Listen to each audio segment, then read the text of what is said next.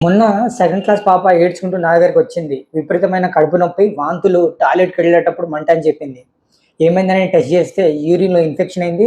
Scan చేసి చూస్తే ఇంకా ఘోరము. ఆ చిన్న పాపకి కిడ్నీలో స్టోన్స్ కూడా ఫార్మ్ అయ్యాయి. కారణం తెలిసి షాక్ అవుతారు. ఆ పాప సరిగ్గా వాటర్ తాగదు. ఏమైందని అడిగితే, "సార్ వాటర్ తాగితే టాయిలెట్‌కెళ్ళాలి. టీచర్ తిడతారేమో అని భయము.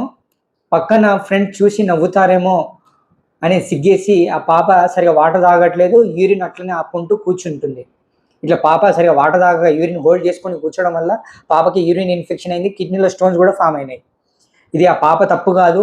మన సిస్టమ్ ఫెయిల్యూర్. పేరెంట్స్‌గా, టీచర్స్‌గా ఫెయిల్ అయినట్టు. పేరెంట్స్ అండ్ టీచర్స్ దయచేసి ఇది గుర్తుపెట్టుకోండి.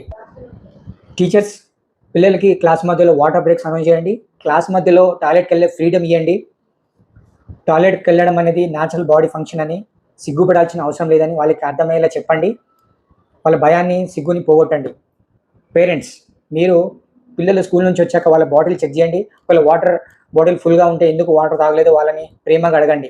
వాళ్ళ భయాన్ని, మొహమాటాన్ని పోగొట్టండి. స్కూల్ పిల్లలు వాటర్ ఎంత తాగాలో ఇక్కడ చార్ట్ పెడుతున్నా. ఈ రీల్ సేవ్ చేసి పెట్టుకోండి. ఈ చిన్న హ్యాబిట్ వల్ల పిల్లలకి ప్రాణానికి పెద్ద ప్రమాదాలు వచ్చేటట్టు చూడకండి. ఈ రీల్ ప్రతి పేరెంట్‌కి, ప్రతి స్కూల్ టీచర్‌కి షేర్ చేయండి and me story and status పెట్టుకోండి. పిల్లల ఆరోగ్యం మన బాధ్యత. Thank you.